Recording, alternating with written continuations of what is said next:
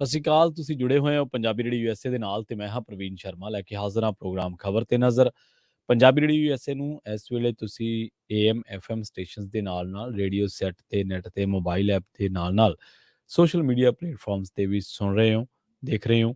ਸਾਰੇ ਹੀ ਦਰਸ਼ਕਾਂ ਦਾ ਸਵਾਗਤ ਹੈ। ਪ੍ਰੋਗਰਾਮ ਖਬਰ ਤੇ ਨਜ਼ਰ ਦੇ ਵਿੱਚ ਅੱਗੇ ਵਧਣ ਤੋਂ ਪਹਿਲਾਂ ਇੱਕ ਨਜ਼ਰ ਮਾਰਦੇ ਹਾਂ ਸਪਾਂਸਰਸ ਦੇ ਨਾਮ ਦੇ ਉੱਤੇ ਤੇ ਉਹਨਾਂ ਦਾ ਧੰਨਵਾਦ, ਜਿਹੜੇ ਜ਼ਰੀਆ ਬਣਦੇ ਨੇ ਇਹਨਾਂ ਪ੍ਰੋਗਰਾਮਾਂ ਨੂੰ ਤੁਹਾਡੇ ਤੱਕ ਪਹੁੰਚਾਉਣ ਦੇ ਲਈ। ਖਾਲਸਾ ਇੰਸ਼ੋਰੈਂਸ ਏਜੰਸੀ ਵਾਲੇ ਪਿਛਲੇ ਕਈ ਦਹਾਕਿਆਂ ਤੋਂ ਇੰਸ਼ੋਰੈਂਸ ਦੇ ਵਿੱਚ ਸ਼ਾਨਦਾਰ ਸੇਵਾਵਾਂ ਦੇਣ ਦੇ ਲਈ ਜਾਣੇ ਜਾਂਦੇ ਨੇ। ਕਿਸੇ ਵੀ ਤਰ੍ਹਾਂ ਦੀ ਇੰਸ਼ੋਰੈਂਸ ਦੇ ਲਈ ਤੁਸੀਂ ਇਹਨਾਂ ਦੇ ਨਾਲ 408 272 2500 ਤੇ ਗੱਲ ਕਰ ਸਕਦੇ ਹੋ। ਟਰਕੀਆਨਾ ਇਮੀਗ੍ਰੇਸ਼ਨ ਲਾ ਫਰਮ ਵਾਲੇ ਜੇ ਟਰਕੀਆਨਾ ਇਮੀਗ੍ਰੇਸ਼ਨ ਬਾਬਤ ਤੁਹਾਡਾ ਕੋਈ ਸਵਾਲ ਹੈ, ਕੋਈ ਸਲਾਹ ਕਰਨੀ ਹੈ ਤਾਂ ਅਟਾਰਨੀ ਟਰਕੀਆਨਾ ਦੇ ਨਾਲ ਤੁਸੀਂ 415 909 0503 ਤੇ ਗੱਲ ਕਰ ਸਕਦੇ ਹੋ। GK Dhanota Yuba City, Baljinder Singh Nijjar Woodland, Paramjit Kaur Rangi Vacaville, Harnek Singh Pabla Indian ਕੰਜ਼ੀ Renton, Sarabjit Singh Shukar Turlock, GN ਲਿਊ ਵਾਲੇ ਟਰੱਕ ਵਾਸ਼ ਕਰਦੇ ਨੇ, ਆਇਲ ਚੇਂਜ ਵੀ ਕਰਦੇ ਨੇ। ਏਅਰ ਬ੍ਰੇਕਾਂ ਦਾ ਕੰਮ ਤਸੱਲੀ ਬਖਸ਼ ਕਰਵਾ ਸਕਦੇ ਹੋ। ਨਵੇਂ ਪੁਰਾਣੇ ਟਾਇਰ ਵੀ ਇਹਨਾਂ ਤੋਂ ਮਿਲਦੇ ਨੇ। ਨਿਮਾ ਸਹੂਲਤਾਂ ਦੇ ਨਾਲ ਸੰਪਰਕ ਕੀਤਾ ਜਾ ਸਕਦਾ ਹੈ। ਲੋਕੇਸ਼ਨ ਹੈ ਸੈਂਤਾ ਨੇਲਾ ਦੀ, ਨੰਬਰ ਹੈ 209 277 0113 ਤੇ ਜੱਸੀ ਗਿੱਲ ਬੇਕਰਸਫੀਲਡ ਤੋਂ। ਇਹਨਾਂ ਸਾਰੇ ਹੀ ਸਪਾਂਸਰਸ ਦਾ ਬਹੁਤ-ਬਹੁਤ ਧੰਨਵਾਦ। ਤੇ ਜੇਕਰ ਤੁਸੀਂ ਵੀ ਕਿਸੇ ਪ੍ਰੋਗਰਾਮ ਨੂੰ ਸਪਾਂਸਰ ਕਰਨਾ ਚਾਹੁੰਦੇ ਹੋ ਤਾਂ ਸਟੂਡੀਓ ਦਾ ਨੰਬਰ ਹੈ 408 272 5200।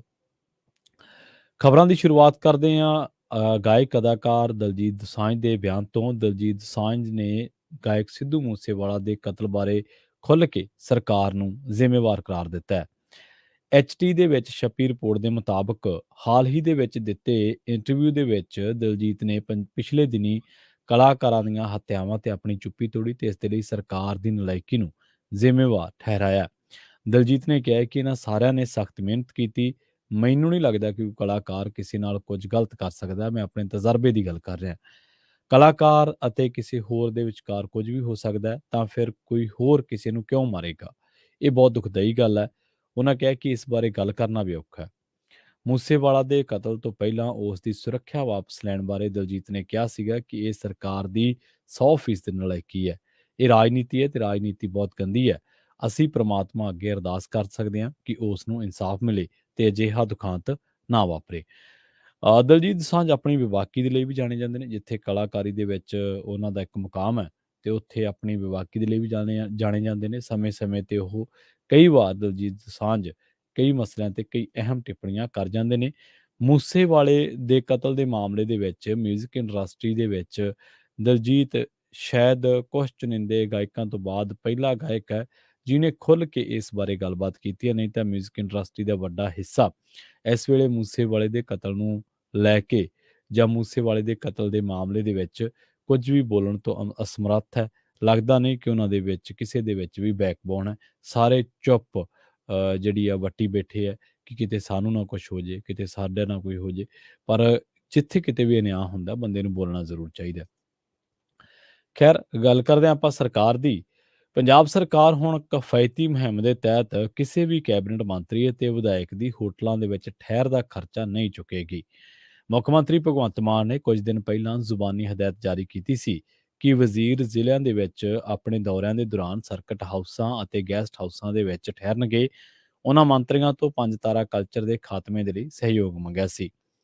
ਪੰਜਾਬ ਦੇ ਮੁੱਖ ਸਕੱਤਰ ਵਿਜੇ ਕੁਮਾਰ ਜੰਜੂਆ ਨੇ ਹੁਣ ਸੂਬੇ ਦੇ ਡਿਪਟੀ ਕਮਿਸ਼ਨਰਾਂ, ਸਮੂਹ ਪ੍ਰਬੰਧਕੀ ਸਕੱਤਰਾਂ ਅਤੇ ਪ੍ਰਾਹੁਣਾਚਾਰੀ ਵਿਭਾਗ ਨੂੰ ਇਸ ਸੰਬੰਧੀ ਪੱਤਰ ਜਾਰੀ ਕਰ ਦਿੱਤਾ ਹੈ।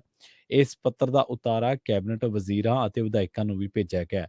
ਹੁਣ ਕੱਲ੍ਹ ਤੋਂ ਹਰ ਵਿਧਾਇਕ ਅਤੇ ਵਜ਼ੀਰ ਦੇ ਲਈ ਪੰਜਾਬ ਦੇ ਦੌਰਿਆਂ ਦੇ ਦੌਰਾਨ ਲਾਜ਼ਮੀ ਕਰ ਦਿੱਤਾ ਗਿਆ ਹੈ ਕਿ ਉਹ ਸਰਕਾਰੀ, ਅਰਧ ਸਰਕਾਰੀ ਸਰਕਟ ਹਾਊਸਾਂ, ਗੈਸਟ ਹਾਊਸਾਂ ਦੇ ਵਿੱਚ ਹੀ ਆਪਣੀ ਠਹਿਰ ਰੱਖਣਗੇ। ਜ਼ਿਲ੍ਹਿਆਂ ਦੇ ਦੌਰਿਆਂ ਦੇ ਦੌਰਾਨ ਸਰਕਾਰੀ ਸਰਕਟ ਹਾਊਸ, ਗੈਸਟ ਹਾਊਸ ਉਪਲਬਧ ਨਾ ਹੋਣ ਦੀ ਸੂਰਤ ਦੇ ਵਿੱਚ ਵਿਧਾਇਕ ਜਾਂ ਮੰਤਰੀ ਨੂੰ ਆਪਣੇ ਪੱਧਰ ਤੇ ਪ੍ਰਬੰਧ ਕਰਨਾ ਹੋਊਗਾ। ਸਰਕਾਰੀ ਪੱਤਰ ਦਾ ਇਸ਼ਾਰਾ ਸਾਫ਼ ਹੈ ਕਿ ਵਿਧਾਇਕ ਜਾਂ ਵਜ਼ੀਰ ਆਪਣੇ ਪੱਲਿਓਂ ਖਰਚਾ ਕਰਕੇ ਹੋਟਲ ਦੇ ਵਿੱਚ ਠਹਿਰ ਸਕਦੇ ਨੇ, ਪਰ ਸਰਕਾਰੀ ਖਜ਼ਾਨੇ ਦੇ ਵਿੱਚੋਂ ਕੋਈ ਪੈਸਾ ਹੋਟਲਾਂ ਦੇ ਖਰਚ ਦੇ ਲਈ ਨਹੀਂ ਚੁੱਕਿਆ ਜਾਵੇਗਾ। 2 ਦਿਨ ਪਹਿਲਾਂ ਮੁੱਖ ਸਕੱਤਰ ਨੇ ਨਹਿਰੀ ਮਹਿਕਮੇ ਦੇ 7 ਰੈਸਟ ਹਾਊਸਾਂ ਦੇ ਨਵੀਨੀਕਰਨ ਕਰਨ ਵਾਸਤੇ ਵੀ ਪੰਜਾਬ ਬੁਨਿਆਦੀ ਢਾਂਚਾ ਬੋਰਡ ਨੂੰ ਹਦਾਇਤ ਕਰ ਦਿੱਤੀ ਹੈ। ਨਹਿਰੀ ਮਹਿਕਮੇ ਦੇ ਕਰੀਬ 227 ਰੈਸਟ ਹਾਊਸ ਨੇ, ਜਿਨ੍ਹਾਂ ਦੇ ਵਿੱਚੋਂ ਬਹੁ ਗਿਣਤੀ ਖਸਤਾ ਹਾਲ ਦੇ ਵਿੱਚ ਨੇ। ਸੂਤਰਾਂ ਮੁਤਾਬਕ ਸਰਕਾਰੀ ਵਿਭਾਗਾਂ ਅਤੇ ਨਿਗਮਾਂ ਜਿਨ੍ਹਾਂ ਦੇ ਗੈਸਟ ਹਾਊਸਾਂ ਤੇ ਕਿਸੇ ਸਰਕਾਰੀ ਅਧਿਕਾਰੀ ਦਾ ਕਬਜ਼ਾ ਹੈ ਜਾਂ ਫਿਰ ਉੱਥੇ ਸਰਕਾਰੀ ਦਫ਼ਤਰ ਚੱਲ ਰਹੇ ਨੇ ਤਾਂ ਉਹਨਾਂ ਨੂੰ ਖਾਲੀ ਕਰਾਉਣ ਦੇ ਲਈ ਵੀ ਪਹਿਲ ਕੀਤੇ ਜਾਣ ਦੀ ਸੰਭਾਵਨਾ ਹੈ। ਪੰਜਾਬ ਮੰਡੀ ਬੋਰਡ ਦੇ ਕਾਫੀ ਗਿਣਤੀ ਦੇ ਵਿੱਚ ਕਿਸਾਨ ਆਰਾਮ ਘਰਾਂ ਤੇ ਪੁਲਿਸ ਦਾ ਕਬਜ਼ਾ ਹੈ। ਪਾਵਰਕੌਮ ਦੇ ਪਿੰਡ ਬਾਦਲ ਅਤੇ ਭਗਤਾ ਭਾਈ ਕੇ ਗੈਸਟ ਹਾਊਸ ਤਾਂ ਨਾਮਾਤਰੀ ਵਰਤੋਂ ਦੇ ਵਿੱਚ ਆ ਰਹੇ ਨੇ। ਸਰਕਾਰ ਵੱਲੋਂ ਇਹਨਾਂ ਸਾਰੇ ਗੈਸਟ ਹਾਊਸਾਂ ਦੀ ਸ਼ਨਾਖਤ ਕਰਨ ਦੀ ਮੁਹਿੰਮ ਵੀ ਸ਼ੁਰੂ ਕਰ ਦਿੱਤੀ ਗਈ ਹੈ।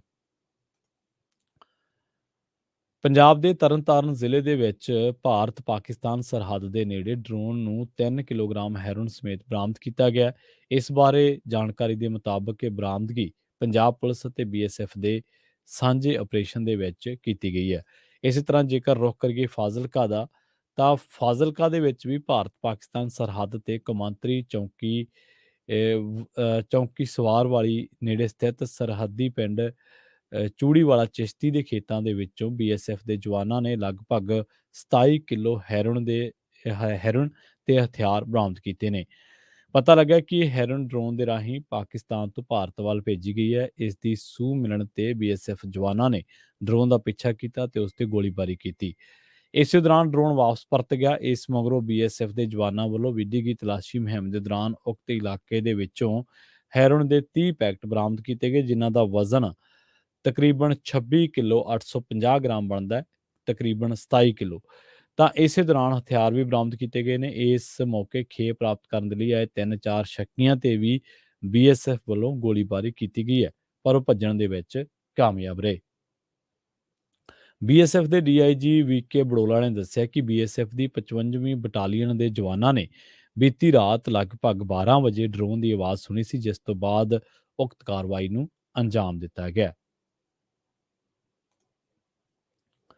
ਗੱਲ ਕਰਦੇ ਹਾਂ ਸਿਆਸੀ ਖਬਰਾਂ ਦੀ। ਸ਼੍ਰੋਮਣੀ ਗੁਰਦੁਆਰਾ ਪ੍ਰਬੰਧਕ ਕਮੇਟੀ ਦੀ ਸਾਬਕਾ ਪ੍ਰਧਾਨ ਬੀਬੀ ਜਗੀਰ ਕੌਰ ਨੇ ਸ੍ਰੀ ਅਕਾਲ ਤਖ਼ਤ ਸਾਹਿਬ ਦੇ ਜਥੇਦਾਰ ਗਿਆਨੀ ਹਰਪ੍ਰੀਤ ਸਿੰਘ ਨੂੰ ਪੱਤਰ ਭੇਜ ਕੇ ਮੰਗ ਕੀਤੀ ਹੈ ਕਿ ਉਹ ਸ਼੍ਰੋਮਣੀ ਗੁਰਦੁਆਰਾ ਪ੍ਰਬੰਧਕ ਕਮੇਟੀ ਨੂੰ ਹਦਾਇਤਾਂ ਜਾਰੀ ਕਰਨ ਕਿ ਸਿੱਖਾਂ ਦੇ ਵਿਰੁੱਧ ਦੇਸ਼ ਦੇ ਵਿੱਚ ਹੋ ਰਹੇ ਨਫ਼ਰਤੀ ਪ੍ਰਚਾਰ ਨੂੰ ਠੱਲ ਪਾਉਣ ਦੇ ਲਈ ਆਈਟੀ ਸੈੱਲ ਬਣਾਇਆ ਜਾਵੇ।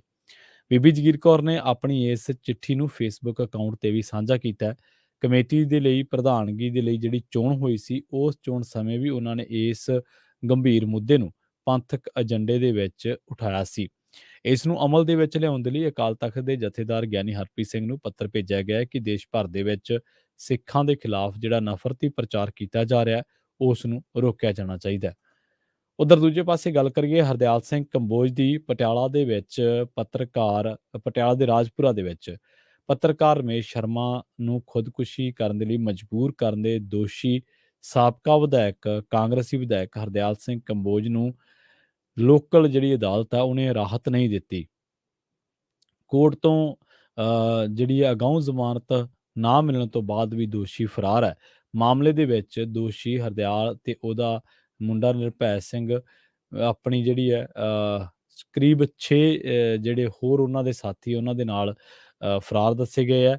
ਪਰ ਹੁਣ ਤੱਕ ਇਹ ਵੀ ਪਤਾ ਲੱਗਿਆ ਕਿ ਥਾਣਾ ਜਿਹੜਾ ਰਾਜਪੁਰਾ ਸਿਟੀ ਥਾਣਾ, ਉਹਦੀ ਪੁਲਿਸ ਹੈ ਜਿਹੜੀ ਉਹ ਲੰਬੇ ਸਮੇਂ ਬਾਅਦ ਵੀ ਕਿਸੇ ਇੱਕ ਦੋਸ਼ੀ ਤੱਕ ਨਹੀਂ ਪਹੁੰਚ ਸਕੀ। ਥਾਣਾ ਐਸਐਚਓ ਤੇ ਉਹਨਾਂ ਦੀ ਟੀਮ ਘਟਨਾ ਤੋਂ ਬਾਅਦ ਜਿਹੜੇ ਫਰਾਰ ਦੋਸ਼ੀ ਕਥਿਤ ਤੌਰ ਤੇ ਕਹੇ ਜਾ ਰਹੇ, ਉਹਨਾਂ ਨੂੰ ਗ੍ਰਿਫਤਾਰ ਕਰਨ ਦੇ ਵਿੱਚ ਨਾਕਾਮ ਸਾਬਿਤ ਹੋ ਰਹੀ ਹੈ। ਇੱਥੇ ਜ਼ਿਕਰ ਕਰਦੇ ਚੱਲੀਏ ਕਿ ਖੁਦਕੁਸ਼ੀ ਤੋਂ ਪਹਿਲਾਂ ਰਮੇਸ਼ ਸ਼ਰਮਾ ਨੇ ਆਪਣਾ ਦੁੱਖ ਬਿਆਨ ਕਰਦੇ ਹੋਏ ਵੀਡੀਓ ਬਣਾਈ ਸੀ, ਨਾਲ ਹੀ ਇੱਕ ਸੁਸਾਈਡ ਨੋਟ ਵੀ ਲਿਖਿਆ ਸੀ। ਇਹਦੇ ਵਿੱਚ ਮੁੱਖ ਦੋਸ਼ੀ ਹਰਦਿਆਲ ਸਿੰਘ ਕੰਬੋਜ ਤੇ ਉਹਦਾ ਮੁੰਡਾ ਨਿਰਭੈ ਸਿੰਘ, ਮਿਲਟਰੀ ਤੇ ਕੁਝ ਵਕੀਲ, ਸੁਤੰਤਰਤਾ ਸੈਨਾਨੀ ਤੇ ਆਜ਼ਾਦੀ ਘੁਲਾਟੀਏ ਤੇ ਡਾਕਟਰਾਂ ਦੇ ਨਾਂ ਸ਼ਾਮਲ ਹੈ। ਸੋ ਥਾਣਾ ਸਿਟੀ ਰਾਜਪੁਰਾ ਦੀ ਪੁਲਿਸ ਨੇ ਫਿਰ ਰਮੇਸ਼ ਦੀ ਪਤਨੀ ਦੇ ਬਿਆਨਾਂ ਦੇ ਆਧਾਰ ਤੇ ਇਹ ਜਿਹੜਾ ਕੇਸ ਆ ਦਰਜ ਕੀਤਾ ਸੀ। ਨਾਲ ਹੀ ਵੀਡੀਓ ਤੇ ਸੁਸਾਈਡ ਨੋਟ ਨੂੰ ਵੀ ਕਬਜ਼ੇ ਦੇ ਵਿੱਚ ਲਿਆ ਸੀ। ਰਮੇਸ਼ ਦੀ ਖੁਦਕੁਸ਼ੀ ਤੋਂ ਬਾਅਦ ਉਸ ਦੀ ਪਤਨੀ ਲਗਾਤਾਰ ਪੁਲਿਸ ਪ੍ਰਸ਼ਾਸਨ ਤੋਂ ਇਨਸਾਫ ਦੀ ਮੰਗ ਕਰ ਰਹੀ ਹੈ। ਰਮੇਸ਼ ਸ਼ਰਮਾ ਨੇ ਸਾਰੇ ਦੋਸ਼ੀਆਂ ਤੇ ਉਹਨਾਂ ਨੂੰ ਪਰੇਸ਼ਾਨ ਕਰਨ ਤੇ ਉਹਨਾਂ ਤੇ ਝੂਠਾ ਕੇਸ ਪਾਉਣ ਦੇ ਦੋਸ਼ ਲਾਏ ਹੈ। ਉਹਨਾਂ ਨੇ ਸਾਰੇ ਕਾਰਨਾਂ ਤੋਂ ਤੰਗ ਆ ਕੇ ਖੁਦਕੁਸ਼ੀ ਕਰਨ ਨੂੰ ਮਜਬੂਰ ਹੋਣ ਦੀ ਗੱਲ ਕਹੀ ਹੈ। ਰਮੇਸ਼ ਨੇ ਵੀਡੀਓ ਦੇ ਵਿੱਚ ਦੋਸ਼ੀਆਂ ਨੂੰ ਸਜ਼ਾ ਦੇਣ ਤੱਕ ਤੇ ਮਦਦ ਕਰਨ ਵਾਲੇ ਆ ਉਹਨਾਂ ਨੂੰ ਇਹ ਗੱਲ ਕਹੀ ਸੀ ਕਿ ਇਨਸਾਫ ਮਿਲਣ ਤੱਕ ਉਹਨਾਂ ਦਾ ਜਿਹੜਾ ਸੰਸਕਾਰ ਹੈ ਉਹ ਨਹੀਂ ਕੀਤਾ ਜਾਣਾ ਚਾਹੀਦਾ। ਅਗਲੀ ਖਬਰ ਦੇ ਵੱਲ ਵਧੀਏ ਤੇ ਗੱਲ ਕਰੀਏ ਹਰਿਆਣੇ ਦੀ ਤੇ ਚੰਡੀਗੜ੍ਹ ਦੀ। ਪੰਜਾਬ ਦੇ ਮੁੱਖ ਮੰਤਰੀ ਭਗਵੰਤ ਮਾਨ ਪਿਛਲੇ ਲੰਬੇ ਸਮੇਂ ਤੋਂ ਗੁਜਰਾਤ ਚੋਣਾਂ ਦੇ ਵਿੱਚ ਰੁੱਝੇ ਹੋਏ ਨੇ। ਉਧਰ ਦੂਜੇ ਪਾਸੇ ਹਰਿਆਣਾ ਦੀ ਭਾਜਪਾ ਸਰਕਾਰ ਚੰਡੀਗੜ੍ਹ ਦੇ ਵਿੱਚ ਆਪਣੀ ਅਲੱਗ ਤੋਂ ਵਿਧਾਨ ਸਭਾ ਭਵਨ ਦੀਆਂ ਤਿਆਰੀਆਂ ਕਰਨ ਦੇ ਵਿੱਚ ਜੁਟੀ ਹੋਈ ਹੈ। ਇੱਥੋਂ ਤੱਕ ਕਿ ਸੀਐਮ ਹਰਿਆਣਾ ਮਨੋਹਰ ਲਾਲ ਖੱਟਰ ਨੇ ਚੰਡੀਗੜ੍ਹ ਦੇ ਵਿੱਚ ਇੱਕ ਅਲੱਗ ਤੋਂ ਅੱਡ ਤੋਂ ਵਿਧਾਨ ਸਭਾ ਭਵਨ ਦੀ ਮੰਗ ਤੋਂ ਬਾਅਦ ਛਿੜੇ ਵਿਵਾਦ ਤੋਂ ਬਾਅਦ ਸਪਸ਼ਟ ਕਰ ਦਿੱਤਾ ਕਿ ਉਹਨਾਂ ਦੀ ਸਰਕਾਰ ਦੁਆਰਾ ਇਸ ਭਵਨ ਬਣਾਉਣ ਦਾ ਪ੍ਰੋਸੈਸ ਜਾਰੀ ਹੈ। ਬੀਤੇ ਦਿਨੀ ਮਨੋਹਰ ਲਾਲ ਖੱਟਰ ਸ੍ਰੀ ਹਰਿਮੰਦਰ ਸਾਹਿਬ ਦਰਸ਼ਨ ਕਰਨ ਪਹੁੰਚੇ ਸਨ। ਉਸ ਤੋਂ ਬਾਅਦ ਉਹਨਾਂ ਨੇ ਸਿੱਧਾ ਦੋ ਟੁਕ ਸ਼ਬਦਾਂ ਦੇ ਵਿੱਚ ਇਹ ਗੱਲ ਕਹੀ ਹੈ ਕਿ ਭਵਨ ਬਣਾਉਣ ਦੀ ਨਿਰਮਾਣ ਦੀ ਜ਼ਰੂਰਤ ਹੈ ਤੇ ਅਸੀਂ ਇਹਨੂੰ ਬਣਾ ਕੇ ਹਟਾਂਗੇ। ਪੰਜਾਬ ਦੇ ਵਿੱਚ ਇਹਨੂੰ ਲੈ ਕੇ ਵਿਰੋਧੀ ਧਿਰਾਂ ਨੇ ਹਰਿਆਣਾ ਦੀ ਇਸ ਮੰਗ ਦਾ ਵਿਰੋਧ ਕਰਨ ਦੇ ਨਾਲ-ਨਾਲ ਪੰਜਾਬ ਦੀ ਸਰਕਾਰ ਨੂੰ ਵੀ ਘੇਰਿਆ। ਕਾਂਗਰਸੀ ਤੇ ਅਕਾਲੀ ਲੀਡਰਾਂ ਨੇ ਇਹ ਗੱਲ ਕਹੀ ਹੈ ਕਿ ਭਗਵੰਤ ਮਾਨ ਗੁਜਰਾਤ ਦੇ ਵਿੱਚ ਚੋਣ ਪ੍ਰਚਾਰ ਕਰ ਰਹੇ ਨੇ, ਜਦਕਿ ਹਰਿਆਣਾ ਆਪਣੀਆਂ ਲਗਾਤਾਰ ਪੈਰਵਾਈਆਂ ਕਰ ਰਿਹਾ ਤੇ ਹਰਿਆਣੇ ਨੂੰ ਰੋਕਣ ਦੇ ਲਈ ਕਾਨੂੰਨੀ ਚਾਰਾਜੋਈ ਜਿਹੜੀ ਆ ਉਹ ਭਗਵੰਤ ਮਾਨ ਨੂੰ ਕਰਨੀ ਚਾਹੀਦੀ ਹੈ ਤੇ ਨਾਲ ਹੀ ਕੇਂਦਰ ਸਰਕਾਰ ਤੱਕ ਪਹੁੰਚ ਕਰਨੀ ਚਾਹੀਦੀ ਹੈ। ਪਰ ਪਤਾ ਲੱਗਾ ਕਿ ਇਸ ਮਸਲੇ ਨੂੰ ਲੈ ਕੇ ਸੀਐਮ ਭਗਵੰਤ ਮਾਨ ਨੇ ਹਾਲੇ ਤੱਕ ਨਾ ਤਾਂ ਹਰਿਆਣਾ ਭਾਜਪਾ ਸਰਕਾਰ ਨਾਲ ਕੋਈ ਗੱਲਬਾਤ ਕੀਤੀ ਹੈ ਤੇ ਨਾ ਹੀ ਕੇਂਦਰ ਸਰਕਾਰ ਦੇ ਨਾਲ ਗੱਲਬਾਤ ਕਰਨ ਦੇ ਲਈ ਕੋਈ ਉਹਨਾਂ ਨੂੰ ਹੱਲ ਜਾਂ ਚਿੱਠੀ ਪੱਤਰ ਕੱਢਿਆ। ਸੋ ਇਸੇ ਕਰਕੇ ਹੁਣ ਜਿੱਥੇ-ਜਿੱਥੇ ਭਾਜਪਾ ਦੀ ਆਲੋਚਨਾ ਹੋ ਰਹੀ ਹੈ, ਉਹਦੇ ਨਾਲ-ਨਾਲ ਹੁਣ ਭਗਵੰਤ ਮਾਨ ਨੂੰ ਵੀ ਕਰੜੀ ਆਲੋਚਨਾ ਦਾ ਸਾਹਮਣਾ ਕਰਨਾ ਪੈ ਰਿਹਾ ਹੈ। ਗੱਲ ਕਰਦੇ ਹਾਂ ਪੰਜਾਬ ਪੁਲਿਸ ਦੇ ਏਆਈਜੀ ਅਸ਼ੀਸ਼ ਕਪੂਰ ਦੇ ਮਾਮਲੇ ਦੀ। ਭ੍ਰਿਸ਼ਟਾਚਾਰ ਦੇ ਗੰਭੀਰ ਦੋਸ਼ਾਂ ਦਾ ਸਾਹਮਣਾ ਕਰ ਰਹੇ ਪੰਜਾਬ ਪੁਲਿਸ ਦੇ ਏਆਈਜੀ ਅਸ਼ੀਸ਼ ਕਪੂਰ ਦੇ ਖਿਲਾਫ ਵਿਜੀਲੈਂਸ ਬਿਊਰੋ ਨੇ ਮੁਹਾਲੀ ਅਦਾਲਤ ਦੇ ਵਿੱਚ ਚਲਾਨ ਪੇਸ਼ ਕਰ ਦਿੱਤਾ ਹੈ। ਪਤਾ ਲੱਗਾ ਕਿ ਅਸ਼ੀਸ਼ ਕਪੂਰ ਇਸ ਵੇਲੇ ਨਿਆਇਕ ਹਿਰਾਸਤ ਅਧੀਨ ਪਟਿਆਲਾ ਜੇਲ੍ਹ ਦੇ ਵਿੱਚ ਬੰਦ ਹੈ। ਇਸ ਮਾਮਲੇ ਦੇ ਵਿੱਚ ਗ੍ਰਿਫਤਾਰ ਏਐਸਆਈ ਹਰਜਿੰਦਰ ਸਿੰਘ ਪਹਿਲਾਂ ਹੀ ਜੁਡੀਸ਼ੀਅਲ ਹਿਰਾਸਤ ਦੇ ਵਿੱਚ ਹੈ, ਜਦਕਿ ਇਸ ਮਾਮਲੇ ਦੇ ਵਿੱਚ ਨਾਮਜ਼ਦ ਡੀਐਸਪੀ ਇੰਟੈਲੀਜੈਂਸ ਪਵਨ ਕੁਮਾਰ ਹਾਲੇ ਵੀ ਵਿਜੀਲੈਂਸ ਦੀ ਗ੍ਰਿਫਤ ਤੋਂ ਬਾਹਰ ਹੈ ਤੇ ਉਸ ਦੀ ਭਾਲ ਜਾਰੀ ਹੈ। ਪਤਾ ਲੱਗਿਆ ਕਿ ਏਆਈਜੀ ਅਸ਼ੀਸ਼ ਕਪੂਰ ਦੇ ਬੈਂਕ ਲਾਕਰ ਦੇ ਵਿੱਚੋਂ ਕਿਲੋ ਤੋਂ ਵੱਧ ਗਹਿਣੇ ਮਿਲੇ ਨੇ। ਵਿਜੀਲੈਂਸ ਦੇ ਮੁਤਾਬਕ ਇਨ੍ਹਾਂ ਗਹਿਣਿਆਂ ਦੇ ਵਿੱਚੋਂ ਅੱਧਾ ਸੋਨਾ ਤਾਂ ਅਸ਼ੀਸ਼ ਕਰਨਾਲ ਦੇ ਵਿੱਚ ਕਰਨਾਲ ਦੇ ਵਿੱਚ ਲੰਘੇ ਸਾਲ ਦੇ ਵਿੱਚ 17-18 ਲੱਖ ਦੇ ਵਿੱਚ ਵੇਚ ਚੁੱਕਿਆ ਹੈ। ਵਿਜੀਲੈਂਸ ਦੇ ਮੁਤਾਬਕ ਅਸ਼ੀਸ਼ ਕਪੂਰ ਵੱਲੋਂ ਮੁਹਾਲੀ ਦੇ ਸੈਕਟਰ 88 ਦੇ ਵਿੱਚ ਹਾਲ ਹੀ ਦੇ ਵਿੱਚ ਬਣਾਈ ਆਲੀਸ਼ਾਨ ਕੋਠੀ ਦੀ ਰਜਿਸਟਰੀ 80 ਲੱਖ ਰੁਪਏ ਦੇ ਵਿੱਚ ਕਰਵਾਈ ਹੈ, ਜਦਕਿ ਇਸ ਪ੍ਰਾਈਮ ਲੋਕੇਸ਼ਨ ਤੇ ਮੌਜੂਦਾ ਪਲਾਟਾਂ ਦੀ ਕੀਮਤ 3 ਕਰੋੜ ਤੋਂ ਵੀ ਵੱਧ ਹੈ। ਇਸ ਮਾਮਲੇ ਦੇ ਵਿੱਚ ਨਾਮਜ਼ਦ ਡੀਐਸਪੀ ਪਵਨ ਕੁਮਾਰ ਨੂੰ ਹਿਰਾਸਤ ਦੇ ਵਿੱਚ ਲੈਣਾ ਹਾਲੇ ਬਾਕੀ ਹੈ। ਉਸ ਦੀ ਗ੍ਰਿਫਤਾਰੀ ਤੋਂ ਬਾਅਦ ਕੇਸ ਦੇ ਨਾਲ ਸੰਬੰਧਿਤ ਕਾਫੀ ਸੱਚ ਸਾਹਮਣੇ ਆਉਣ ਦੀ ਸੰਭਾਵਨਾ ਹੈ, ਕਿਉਂਕਿ ਜਦੋਂ ਇਹ ਸਾਰਾ ਤਾਣਾ ਬਾਣਾ ਬੁਣਿਆ ਗਿਆ ਸੀ ਉਦੋਂ ਜ਼ੀਰਕਪੁਰ ਥਾਣੇ ਦੇ ਵਿੱਚ ਉਹ ਐਸਐਚਓ ਤੈਨਾਤ ਸੀ। ਤੇ ਗੱਲ ਕਰਦੇ ਹਾਂ ਪੰਜਾਬੀ ਮਾਂ ਬੋਲੀ ਦੀ। ਮਾਂ ਬੋਲੀ ਪੰਜਾਬੀ ਦੇ ਵਿਕਾਸ ਦੇ ਲਈ ਕੰਮ ਕਰਨ ਵਾਲੇ ਦਰਜਨਾਂ ਸਰਕਾਰੀ ਅਤੇ ਗੈਰ ਸਰਕਾਰੀ ਜਥੇਬੰਦੀਆਂ ਵੱਲੋਂ ਕੀਤੇ ਜਾ ਰਹੇ ਦਾਅਵਿਆਂ ਦੇ ਬਾਵਜੂਦ ਅੱਜ ਤੱਕ ਜਨਤਕ ਥਾਵਾਂ ਤੇ ਲੱਗੇ ਹੋਏ ਬੋਰਡਾਂ ਤੇ ਲਿਖੀ ਪੰਜਾਬੀ ਭਾਸ਼ਾ ਦੀਆਂ ਤਰੁੱਟੀਆਂ ਦੂਰ ਨਹੀਂ ਹੋ ਰਹੀਆਂ। ਕਿਸੇ ਵੀ ਸਰਕਾਰੀ ਅਦਾਰੇ ਵੱਲੋਂ ਹਾਲੇ ਤੱਕ ਇਹਨਾਂ ਕਮੀਆਂ ਨੂੰ ਦੂਰ ਕਰਨ ਦੇ ਯਤਨ ਨਹੀਂ ਕੀਤੇ ਗਏ। ਪਤਾ ਇਹ ਲੱਗਿਆ ਹੈ ਕਿ ਸੜਕ ਨਿਰਮਾਣ ਕੰਪਨੀਆਂ ਜਿਹੜੇ ਬੋਰਡ ਲਾ ਰਹੀਆਂ ਨੇ, ਉਹਨਾਂ ਬੋਰਡਾਂ ਤੇ ਲਿਖਿਆ ਧੀਰੇ ਚਲੇ ਕਾਰਯ ਪ੍ਰਗਤੀ ਪਰ ਹੈ। ਇਹ ਪੰਜਾਬੀ ਦੇ ਵਿੱਚ ਲਿਖਿਆ, ਜਦਕਿ ਇਹਦਾ ਜੇ ਉਲੱਥਾ ਕੀਤਾ ਜਾਵੇ ਪੰਜਾਬੀ ਦੇ ਵਿੱਚ ਤਾਂ ਇਹ ਹੈ ਕਿ ਹੌਲੀ ਚੱਲੋ ਅੱਗੇ ਸੜਕ ਦਾ ਕੰਮ ਚੱਲ ਰਿਹਾ। ਸੋ ਇੰਗਲਿਸ਼ ਦੇ ਵਿੱਚ ਜਿਹੜਾ ਲਿਖਿਆ ਜਾਂਦਾ ਗੋ ਸਲੋ ਵਰਕ ਇਨ ਪ੍ਰੋਗਰੈਸ। ਸੋ ਇਹ ਪਰ ਜਿਹੜਾ ਹਿੰਦੀ ਵਾਲਾ ਕੰਮ ਆ ਉਹ ਪੰਜਾਬੀ ਦੇ ਵਿੱਚ ਐਜ਼ ਇਟ ਇਜ਼ ਲਿਖ ਦਿੱਤਾ ਗਿਆ। ਮਤਲਬ ਜਿਵੇਂ ਆਪਾਂ ਹਿੰਦੀ ਦੇ ਵਿੱਚ ਲਿਖੀ ਚੀਜ਼ ਪੜ੍ਹਦੇ ਹਾਂ, ਉਵੇਂ ਪੰਜਾਬੀ ਦੇ ਵਿੱਚ ਉਹਨੂੰ ਉਲੱਥਾ ਕੀਤੇ ਬਿਨਾਂ ਹੀ ਉਹਦਾ ਪੰਜਾਬੀ ਰੂਪਾਂਤਰਨ ਕਰ ਦਿੱਤਾ ਗਿਆ ਕਿ ਧੀਰੇ ਚਲੇ ਕਾਰਯ ਪ੍ਰਗਤੀ ਪਰ ਹੈ। ਸੋ ਇਹਦੀ 4 ਅੱਖਰ ਇਹੀ ਲਿਖਣੇ ਸੀਗੇ ਕਿ ਹੌਲੀ ਚੱਲੋ ਅੱਗੇ ਸੜਕ ਦਾ ਕੰਮ ਚੱਲ ਰਿਹਾ। ਕਮਾਲ ਦੀ ਗੱਲ ਆ ਕਿ ਸਾਡੇ ਵਿਭਾਗਾਂ ਦੇ ਵਿੱਚ ਇੰਨੀ ਕੁ ਪੰਜਾਬੀ ਜਾਣਦੇ ਬੰਦੇ ਵੀ ਹੈ ਨੀਗੇ। ਸੋ ਹੁਣ ਕੀ ਹੋਇਆ ਕਿ ਹਾਲਾਂਕਿ ਮੁੱਖ ਮੰਤਰੀ ਭਗਵੰਤ ਮਾਨ ਵੱਲੋਂ ਸਾਰੇ ਸਰਕਾਰੀ ਵਿਭਾਗਾਂ ਦੇ ਅਧਿਕਾਰੀਆਂ ਨੂੰ ਪੰਜਾਬੀ ਬੋਲੀ ਦੀ ਵਰਤੋਂ ਪਹਿਲ ਦੇ ਆਧਾਰ ਤੇ ਕਰਨ ਦੀ ਹਦਾਇਤ ਕੀਤੀ ਗਈ ਹੈ, ਪਰ ਨੌਕਰਸ਼ਾਹੀ ਦੇ ਵਿੱਚ ਇਹਨਾਂ ਹੁਕਮਾਂ ਦੀ ਪਾਲਣਾ ਕਰਨ ਦੀ ਖੇਚਲ ਕਰਦਾ ਕੋਈ ਦਿਖਾਈ ਨਹੀਂ ਦੇ ਰਿਹਾ।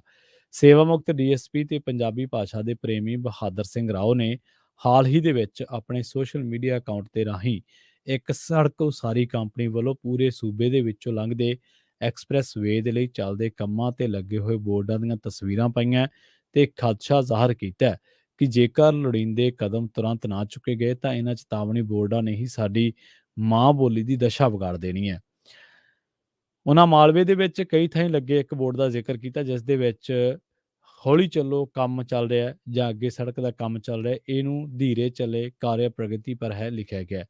ਸਾਬਕਾ ਪ੍ਰਿੰਸੀਪਲ ਤੇ ਪੰਜਾਬੀ ਲਿਖਾਰੀ ਜਗਮੀਤ ਸਿੰਘ ਪੰਧੇਰ ਨੇ ਵੀ ਇਸ ਵਿਸ਼ੇ ਤੇ ਚਿੰਤਾ ਪ੍ਰਗਟਾਉਂਦਿਆਂ ਕਿਹਾ ਕਿ ਹੁਣ ਤੱਕ ਪੰਜਾਬੀ ਭਾਸ਼ਾ ਦੇ ਗੜ੍ਹ ਵਜੋਂ ਜਾਣੇ ਜਾਂਦੇ ਮਾਲਵਾ ਇਲਾਕੇ ਦੇ ਵਿੱਚ ਜਨਤਕ ਤੌਰ ਤੇ ਮੂੰਹ ਚੜਾਉਂਦੇ ਇਹ ਬੋਰਡ ਨਵੀਂ ਭਾਸ਼ਾ ਪੰਜ ਹਿੰਦੀ ਦੇ ਜਨਮ ਵੱਲ ਇਸ਼ਾਰਾ ਕਰ ਰਹੇ ਨੇ ਤੇ ਭਾਸ਼ਾ ਵਿਭਾਗ ਲੱਖਾਂ ਰੁਪਏ ਖਰਚ ਕੇ ਸਿਰਫ ਬੰਦ ਕਮਰਿਆਂ ਅੰਦਰ ਰਸਮੀ ਸੈਮੀਨਾਰ ਕਰਵਾਉਣ ਤੱਕ ਹੀ ਸੀਮਤ ਹੈ। ਸੋ ਹੁਣ ਇਸ ਸੰਬੰਧੀ ਪੰਜਾਬੀ ਮਾਂ ਬੋਲੀ ਦੀ ਜਿਹੜੀ ਇਹ ਦਸ਼ਾ ਕੀਤੀ ਜਾ ਰਹੀ ਹੈ, ਇਸ ਸੰਬੰਧੀ ਮੁੱਖ ਮੰਤਰੀ ਤੱਕ ਵੀ ਜਿਹੜੀਆਂ ਇਹ ਜਥੇਬੰਦੀਆਂ ਨੇ ਪਹੁੰਚ ਕਰਨ ਦੀ ਗੱਲ ਕਰ ਰਹੀਆਂ ਨੇ। ਰੁਖ ਕਰਦਾ ਸ੍ਰੀ ਅੰਮ੍ਰਿਤਸਰ ਸਾਹਿਬ ਦਾ, ਜਿੱਥੇ ਛਿਆਟਾ ਇਲਾਕੇ ਦੇ ਵਿੱਚ ਪੁਲਿਸ ਅਤੇ ਗੈਂਗਸਟਰਾਂ ਵਿਚਾਲੇ ਹੋਏ ਮੁਕਾਬਲੇ ਦੇ ਦੌਰਾਨ ਫਰਾਰ ਹੋਏ 3 ਗੈਂਗਸਟਰਾਂ ਨੂੰ ਪੁਲਿਸ ਨੇ ਗ੍ਰਿਫਤਾਰ ਕੀਤਾ ਹੈ। ਗ੍ਰਿਫਤਾਰ ਕੀਤੇ ਗਏ ਮੁਲਜ਼ਮਾਂ ਦੀ ਪਛਾਣ ਗੁਰਜਿੰਦਰ ਸਿੰਘ ਉਰਫ ਬਿੱਲਾ, ਹਰਦੇਵ ਸਿੰਘ ਉਰਫ ਗੋਪੀ ਅਤੇ ਵਰਿੰਦਰ ਸਿੰਘ ਉਰਫ ਮਿੱਠੂ ਵਜੋਂ ਹੋਈ ਹੈ। ਪੁਲਿਸ ਨੇ ਇਹਨਾਂ ਨੂੰ ਅਜਨਾਲਾ ਦੇ ਪਿੰਡ ਸਰਾਂ ਤੋਂ ਗ੍ਰਿਫਤਾਰ ਕੀਤਾ ਹੈ।